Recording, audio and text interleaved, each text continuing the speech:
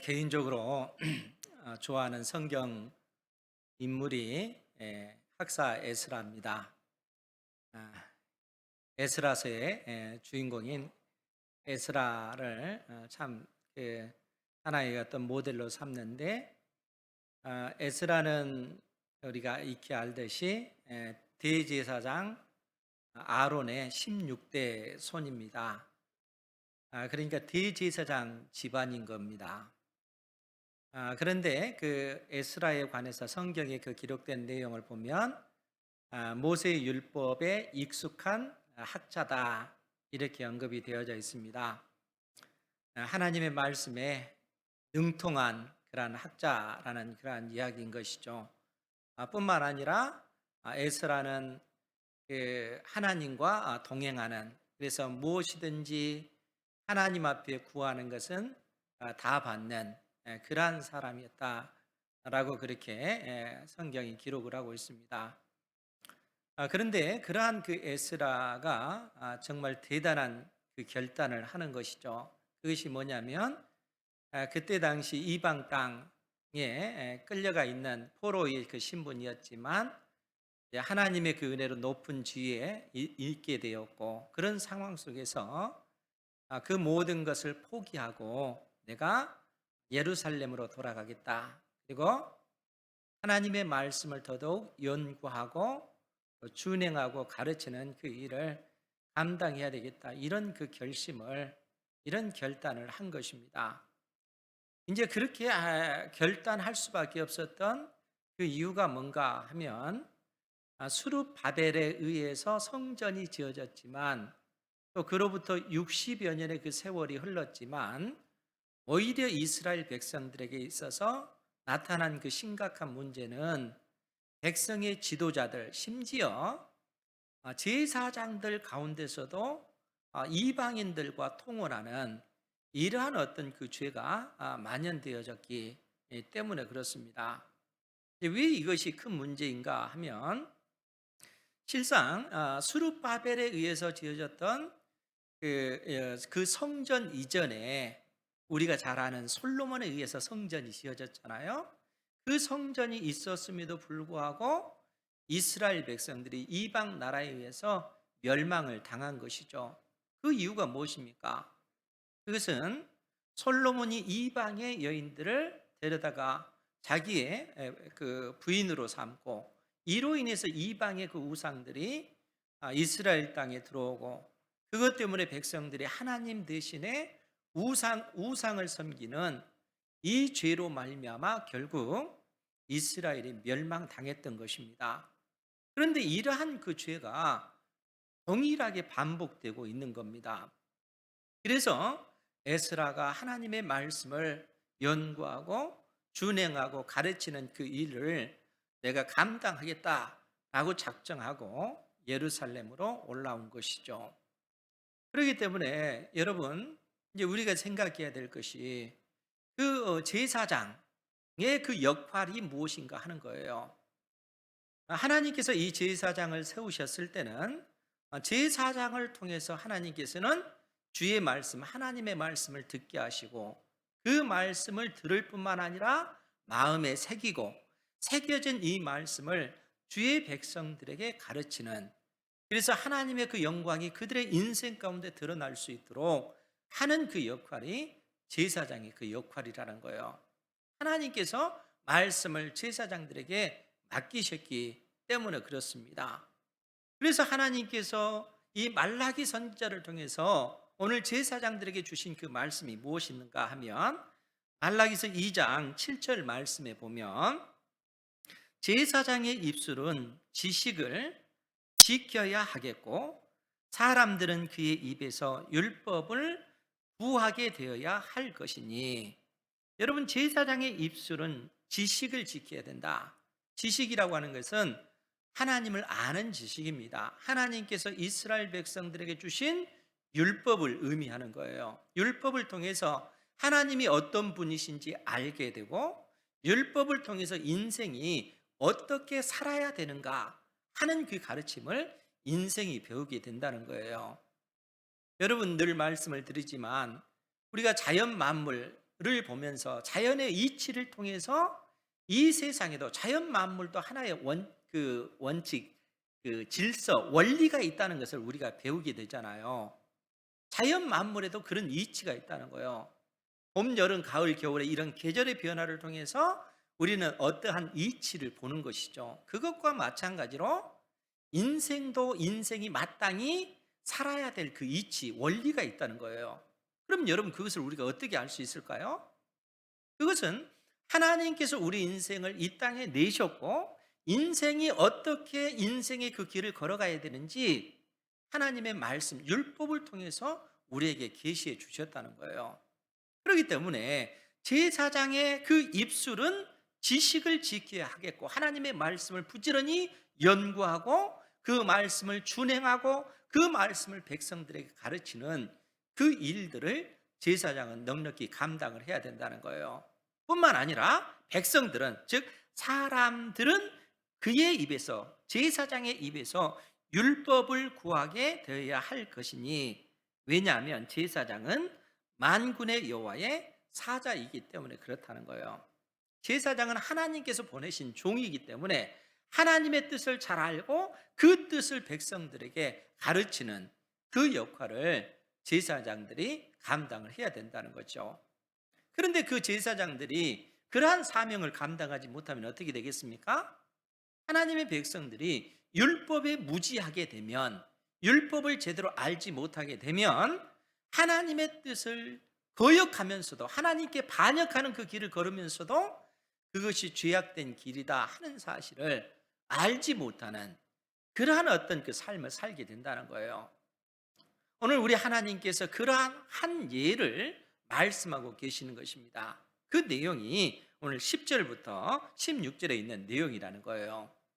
먼저 10절 말씀을 보면 우리는 한 아버지를 가지지 아니하였느냐, 한 하나님께서 지으신 바가 아니냐, 어찌하여 우리 각 사람이 자기 형제에게 거짓을 행하여 우리 조상들의 언약을 욕되게 하느냐. 지금 하나님께서 이스라엘 백성들에게 이 말씀을 주고 계시는 거예요. 그런데 이스라엘 백성들에게 뭐라고 말씀하시냐면 우리는 한 아버지를 가졌다, 우리는 한 하나님을 가졌다, 이렇게 언급을 하고 있다는 거예요. 여러분, 하나님이 우리 하나님 되시고 하나님이 우리 아버지 되신다라는 이러한 고백은 그냥 있는 고백이 아닙니다. 이방인들이 하나님을 아버지라 부를 수 없잖아요. 이스라엘 백성들만 하나님을 우리 아버지라 이렇게 고백할 수 있습니다. 그런데 하나님이 우리 아버지 되신다라는 이러한 고백이 어떻게 해서 가능한가 하면 그것은 하나님과 이스라엘 사이에 맺은 언약 관계 때문에 그런 거예요. 하나님과 이스라엘 사이에 언약을 맺고 이 언약의 근거에서 하나님은 이스라엘만의 하나님 되고 이스라엘은 하나님의 백성이 되어진 것입니다. 그러니까 이스라엘 백성들에게 있어서 하나님만 우리 하나님 되시는 거예요. 하나님만 우리 아버지 되시고 하나님은 이스라엘만 하나님의 백성이다 하는 것입니다. 그 내용이 하나님은 우리의 아버지 되신다라는 그러한 고백입니다. 그런데 여러분, 하나님께서 이스라엘은 내 백성, 내 자녀다, 하나님만이 우리 아버지 되신다 하는 이러한 비유를 통해서 오늘 우리에게 무슨 말씀을 하시냐 하면 10절 그 중반절 보면 어찌하여 우리 각 사람이 자기 형제에게 거짓을 행하여 우리 조상들의 언약을 욕되게 하느냐, 이렇게 표현하고 있다는 거예요. 여러분, 우리 각 사람이 자기 형제에게 거짓을 행한다. 여러분, 자기 형제라고 이렇게 표현이 됐어요. 여러분 그 가정을 생각해 보십시오. 여러분들 부모님이 있고 형제들이 있잖아요. 한 부모에게서 태어난 자식이기 때문에 여러분들이 형제라 그렇게 얘기를 하잖아요. 그런데 지금 이스라엘 백성들이 하나님이 우리 아버지 되신다 라고 이렇게 비유를 들어서 설명하면서 우리는 하나님이 우리 아버지 되시니까 하나님 안에서 우리는 한 형제라는 거예요. 그러면 형제가 형제를 속이면 되겠는가? 형제가 형제에게 거짓을 행하면 되겠는가? 그러면 안 된다는 거예요. 그런데 하나님께서는 이러한 표현을 빌어서 뭐라고 얘기를 하냐면 너희들이 각 사람이 자기 형제에게 거짓을 행하여 우리 조상들의 언약을 욕되게 만들었다. 이렇게 표현하고 있어요. 하나님과 이스라엘 사이에 맺은 이 언약을 너희들이 형제가 형제에게 거짓을 행함으로 하나님과 이스라엘 사이에 맺은 언약을 너희들이 파기했다. 이렇게 표현을 하고 있다는 거예요.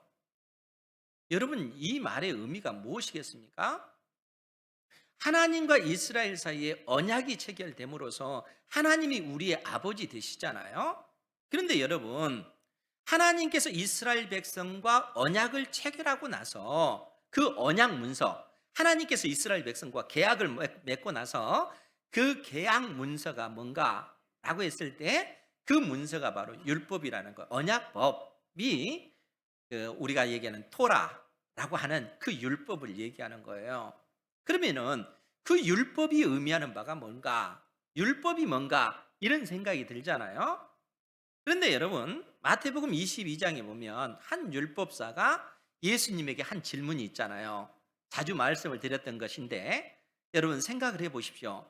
한 율법사가 예수님에게 질문을 던집니다. 그 질문의 내용이 뭡니까? 선생님, 율법 중에 어느 계명이 크니까? 율법 중에서 가장 큰 계명이 무엇입니까? 율법 중에 가장 중요한 그 계명이 무엇입니까? 라는 이러한 질문을 던졌다는 거예요. 그러할 때 예수님께서 내 마음을 다하고 내 목숨을 다하고 내 뜻을 다하여 주 너희 하나님을 사랑하라 하셨으니 이것이 첫째 되는 계명이요. 첫째 되는 계명이 뭐라고요? 내 이웃을 내 하나님을 사랑하라. 이것이 첫째 계명이라는 거예요. 근데 그냥 사랑하는 것이 아니고 내 마음을 다하고 내 목숨을 다하고 내 뜻을 다하여 주 너희 하나님을 사랑하라 라는 얘기예요. 즉 내 생명보다 하나님을 더 사랑하라. 이것이 첫째 되는 계명이다 라는 얘기입니다. 그런데 여기서 그치지 않고 우리 주님께서 또 뭐라고 얘기하십니까? 둘째도 그와 같으니, 그와 같다라는 얘기가 뭐겠어요? 내 마음을 다하고 목숨을 다하고 뜻을 다하여, 그 표현이에요. 둘째도 그와 같으니 내 이웃을 내 자신과 같이 사랑하라 하셨으니 이 두 계명이 온 율법과 선지자의 강령이니라, 이렇게 말씀하셨다는 거예요. 그러니까 둘째 계명 역시 내 이웃을 내 자신과 같이 사랑하라, 내 이웃을 너의 몸과 같이 사랑하라. 그냥 사랑하는 것이 아니라 너의 마음을 다하여 목숨을 다하여 뜻을 다하여 내 이웃을 내 몸과 같이 사랑하라. 주님께서 이렇게 말씀하십니다. 그리고 이러한 그 하나님을 사랑하는 것과 내 이웃을 내 몸과 같이 사랑하는 이 두 계명이 온 율법과 선지자의 강령이니라. 강령이라고 하는 표현은 기초라는 얘기예요. 근본이라는 얘기입니다. 즉 하나님의 그 율법은 하나님 사랑과 이웃 사랑으로 하나님께서는 그 근본, 그 기초를 그렇게 만들어 내셨다는 거예요. 그러니까 하나님의 모든 법은 어떻게 우리가 하나님을 사랑할 것인가, 어떻게 내 이웃을 내 몸과 같이 사랑할 것인가 라는 의미가 하나님의 그 율법의 의미라는 거예요. 모든 그 계명은 하나님 사랑과 이웃 사랑에 이 초점이 맞춰져 있다는 거예요. 우리 주님께서 우리에게 그러한 말씀을 해주고 계시는 것입니다. 그런데 여러분 생각해 보십시오. 우리가 하나님을 내 몸과 같이, 하나님을 내 마음을 다하고 목숨을 다하고 뜻을 다해서 사랑한다, 이것은 이해가 되는데 이웃을 내 몸과 같이 사랑하라 라고 했을 때 그 이웃이 누구인가, 이런 생각이 들잖아요. 그렇지 않습니까? 그런데 내 이웃을 내 몸과 같이 사랑하라 라고 했을 때 그 이웃은 굉장히 넓은 의미입니다. 어떤 의미냐면 부모와 자식 간의 그 관계일 수도 있어요. 그러니까 부모와 자식 간에도 어떤 그 원리가 있잖아요. 부모는 자식을 낳아서 헌신적으로 그 자식을 내 생명보다 귀하게 키우잖아요. 그런데 자식은 생명을 걸고 또 부모에게 효도를 해야 되는 것입니다. 그러니까 부모와 자식 간의 그 관계일 수 있고 또 스승과 제자의 그 관계일 수도 있고, 직장에서는 사장과 직원의 그 관계일 수도 있습니다. 그리고 남편과 아내일 수도 있어요. 그러니까 내 이웃을 내 몸처럼 사랑하라라고 했을 때는 그 속에 어떠한 그 원리, 질서가 있다는 거예요. 부모와 자식 간에 어떤 마땅히 걸어가야 될 그 길이 있고, 또 스승과 제자 사이, 남편과 아내 사이도 그러한 그 길이 있다는 거예요. 그것이 율법이라는 것입니다. 내 이웃을 내 몸과 같이 사랑하라 하는 것입니다. 그러니까 지금 사람과 사람, 하나님과 이스라엘 백성 사이의 그 관계뿐만 아니라 사람과 사람 사이의 그 관계가 무너지게 되면 하나님께서는 뭐라고 얘기를 하시냐면, 그것은 너와 나 사이에 맺은 언약을 너희들이 파기했다, 이렇게 언급을 하고 있다는 거예요. 그래서 오늘 하나님께서 유다의 이스라엘의 각 사람이 자기 형제에게 거짓을 행하여 이로 인해서 우리 조상들의 언약을 욕되게 만들었다, 하나님과 이스라엘 사이에 맺은 언약을 너희들이 파기하는 이런 행위를 하였다, 이렇게 책망하고 있는 것입니다. 그러면서 뭐라고 얘기합니까? 11, 12절 말씀을 보면, 유다는 거짓을 행하였고 이스라엘과 예루살렘 중에서는 가증한 일을 행하였으며, 지금 하나님께서 보다 구체적으로 이스라엘 백성들의 죄를 지적하시면서 유다는 거짓을 행하였고 이스라엘, 즉 이스라엘 백성과 이스라엘의 중심지에 있는 그 예루살렘은 하나님의 성전이 있으니까 이 예루살렘과 이스라엘과 예루살렘 중에서는 가증한 일이라고 하는 것은 대체적으로 다 우상 숭배와 관련이 되어 있습니다.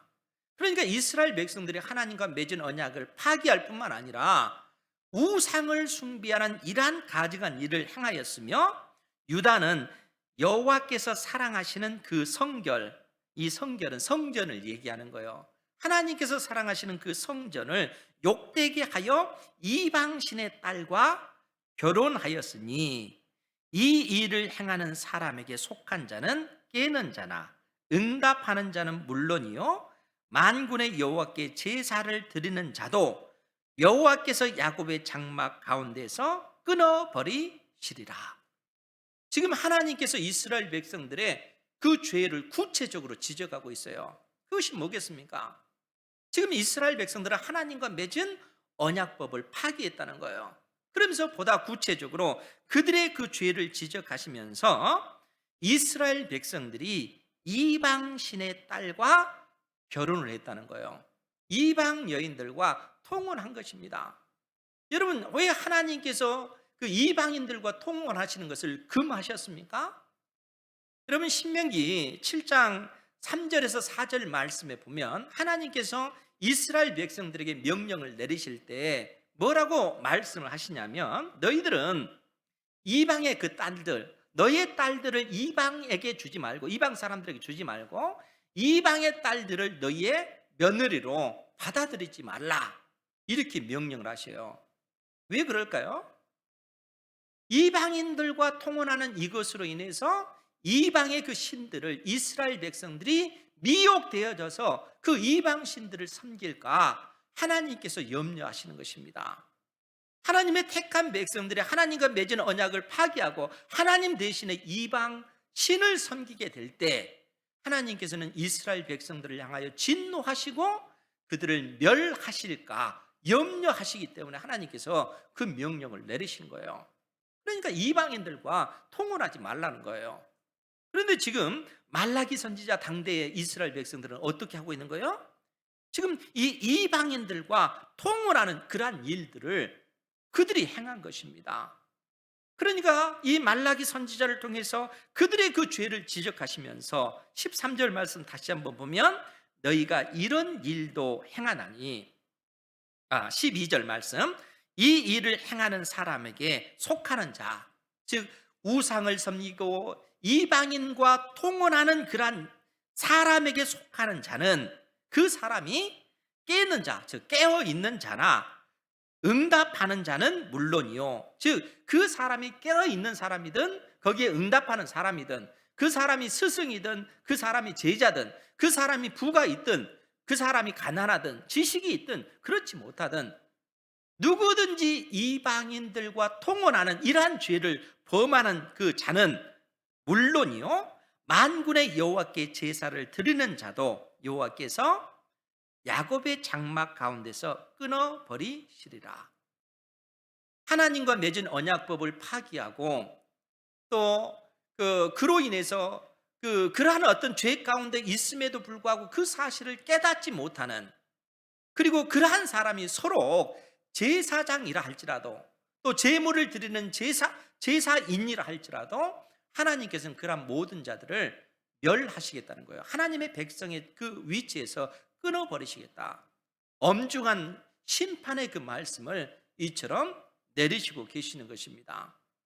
그러면서 이스라엘 백성들의 죄를 보다 구체적으로 지적하시는데, 우리 13절 말씀만 같이 한번 볼까요? 13절 말씀 시작.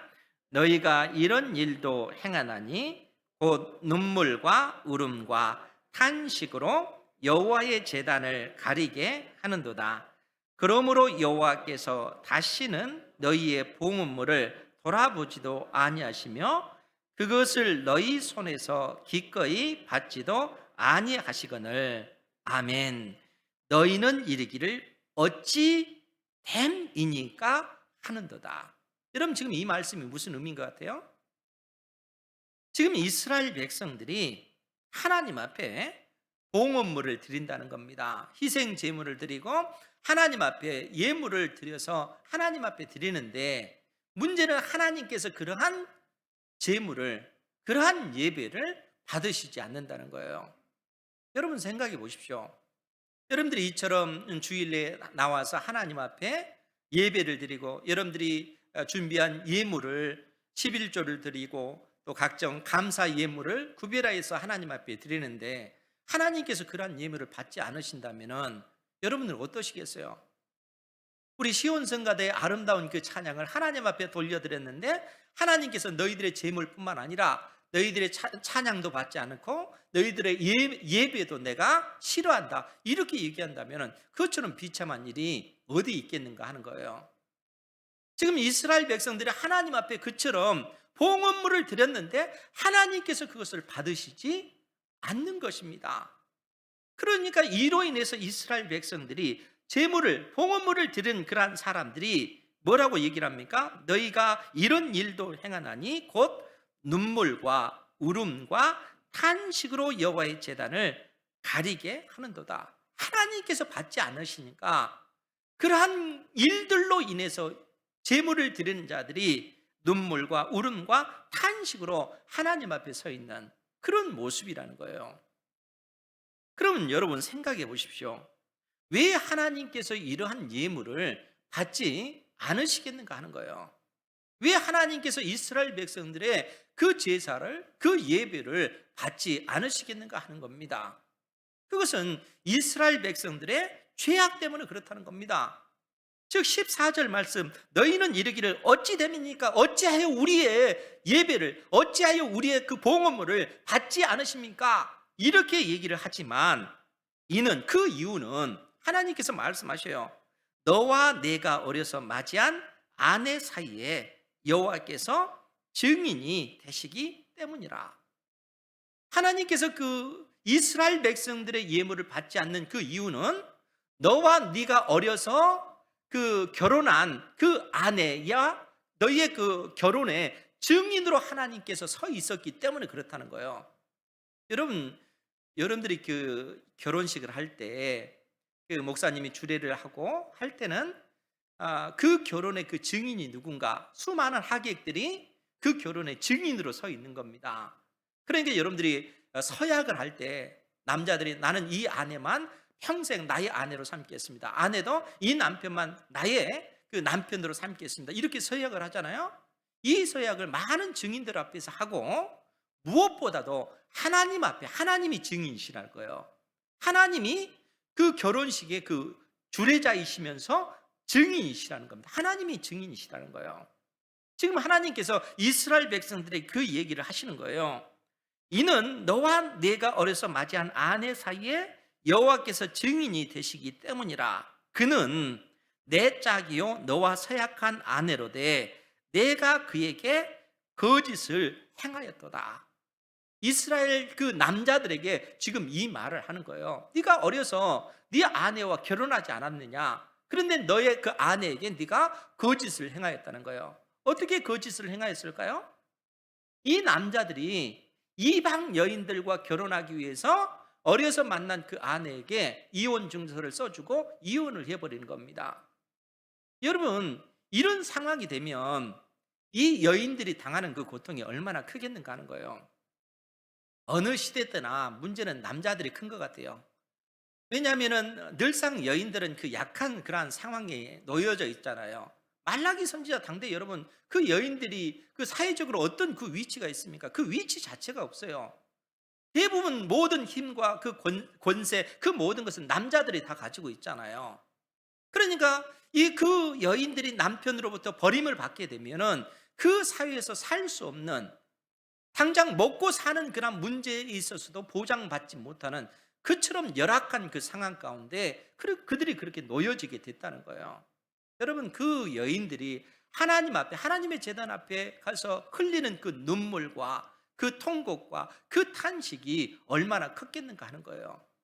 이스라엘 남자들은 봉헌물을 하나님 앞에 들으면서 하나님 왜 이것을 받지 않습니까? 이것으로 인해서 눈물과 울음과 탄식으로 하나님 앞에 항의를 하지만, 정작 버림받은 그 수많은 그 여인들이 그 제단에 와서 눈물과 울음과 탄식으로 하나님 앞에 간구하는, 그러한 어떤 그 애통함으로 하나님 앞에 부르짖는 그런 비참한 그러한 지경이 놓여져 있다는 거예요. 그런데 하나님께서 이 남자들의 그 봉헌물을 받으시겠는가 하는 거예요. 하나님께서는 받지 않으시는 것입니다. 왜냐하면 하나님의 그 법은 단순히 하나님과 이스라엘 백성과의 관계뿐만 아니라 사람과 사람 간의 그 법도 하나님의 그 언약법이기 때문에 그렇습니다. 하나님께서 한 남자와 한 여자를 그 한 가정을 이루도록 하나님께서 내신 법이 그렇습니다. 그러니까 남편은 한 아내만 사랑해야 돼요. 아내도 한 남편만 사랑해야 된다는 거예요. 그것이 하나님의 그 법이라는 것입니다. 이것이 하나님께서 내신 질서인 것이죠. 그런데 이스라엘 백성들이 그렇게 하지 않은 거예요. 남자들이 그렇게 하지 않은 것입니다. 그래서 하나님께서는 그들의 그 죄를 지적하시면서 15절 말씀에 뭐라고 말씀하시냐면, 그에게는 영이 충만하였으나, 여기서 그는 우리 하나님을 일컬어서 얘기하는 것입니다. 즉 하나님에게는 영이 충만하였으나 오직 하나를 만들지 아니하셨느냐? 어찌하여 하나만 만드셨느냐? 여러분, 이 말의 표현이 무엇이겠습니까? 하나님께서는 영이 충만하신 분, 하나님께서는 전능하신 분, 하나님께서는 전지하시는 하나님이시라는 거예요. 그 하나님께서 내신 법이 한 남자와 한 여자가 만나서 가정을 이루는 것이라는 거예요. 그것이 하나님의 법인 것입니다. 한 남자와 한 여자가 만나서 한 몸을 이루는 것이 하나님의 그 법이라는 거예요. 그래서 하나님께서 뭐라고 말씀하시는 거예요? 그에게는 영이 충만하였으나 오직 하나를 만들지 않았느냐? 한 남자와 한 여자가 한 몸을 이룬 거, 하나가 되는 거, 이것이 하나님의 그 법이라는 거예요. 그래서 하나님께서는, 그 전능하신 하나님께서는 오직 하나를 만드셨다는 거예요. 한 남편만 만드신 거예요. 한 아내만 만드신 것입니다. 이것이 하나님의 그 법이라는 거예요. 그런데 하나님께서 뭐라고 얘기하십니까? 이렇게 하신 그 이유가 뭐냐? 그 이유는 경건한 자손을 얻고자 하심이라. 하나님께서는 한 남자와 한 여자가 만나서 믿음의 그 가정을 이루고, 하나님의 그 언약 백성으로서 하나님을 섬기고 하나님을 예배하는 그러한 가정을 통해서 수많은 믿음의 백성들을 그 가정을 통해서 이루어가기를 원하신다는 거예요. 여러분, 경건한 자손이 그냥 만들어지는 것이 아닙니다.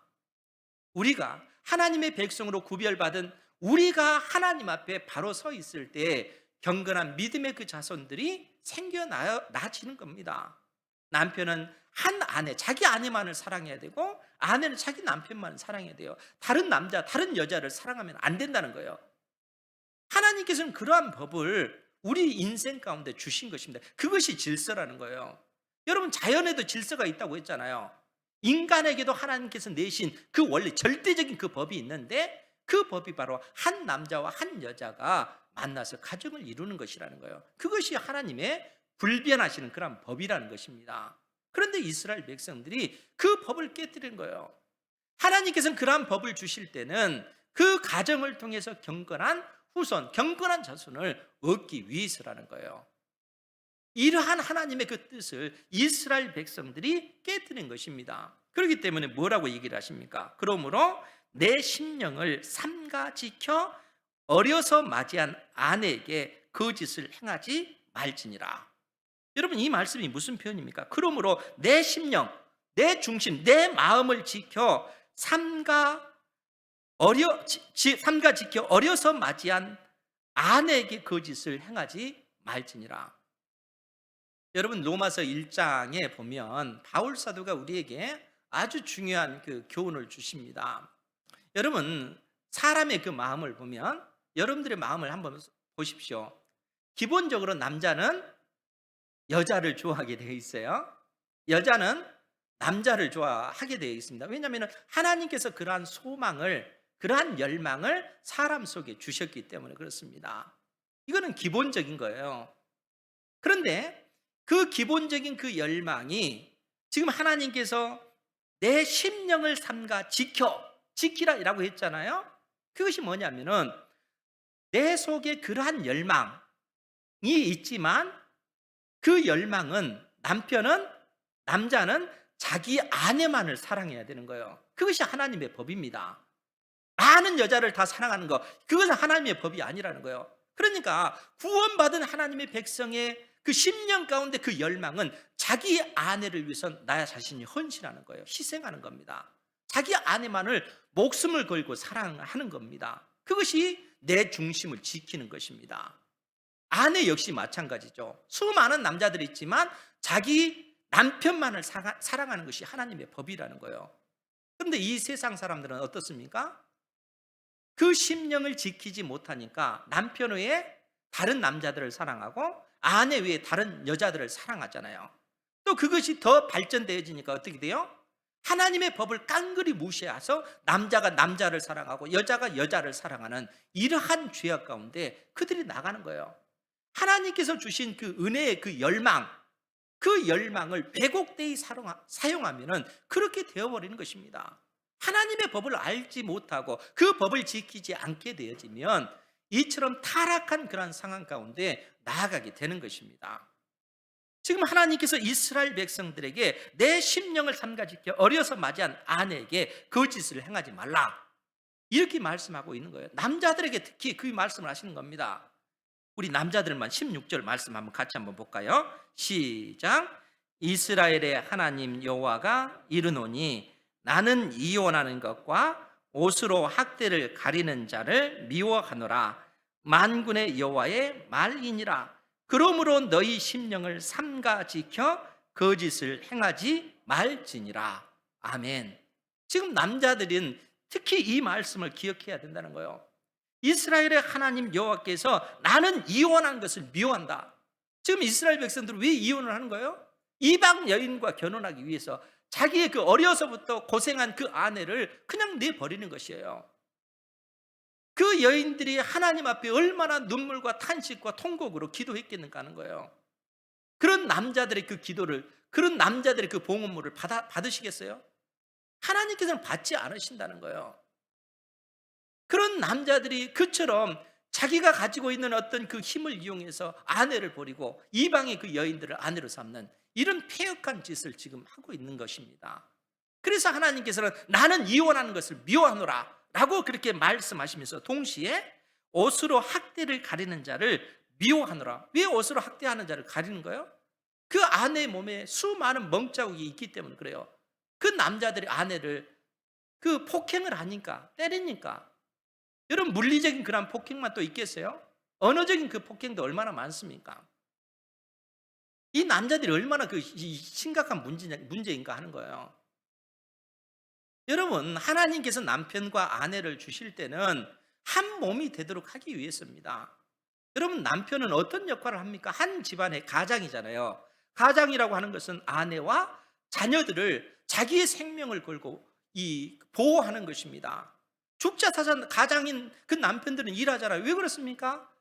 자기 가족들을 부양하기 위해서 하나님께서 그런 명령을 내리셨어요. 그리고 그러한 힘도 주시고 그러한 지혜도 주신 것입니다. 가정을 부양할 수 있도록. 그래서 하나님께서는 남편을 가정으로 그렇게 세워서 가정을 위해서 남편은 아내를 위해서 자녀를 위해서 자기의 생명을 희생하면서까지 보호해야 되는 거예요. 그런 남편이 자녀들에게 아내에게 말로 폭행하고 물리적인 그런 폭행을 행한다면 하나님께서 그 사람을 받으시겠는가 하는 거예요.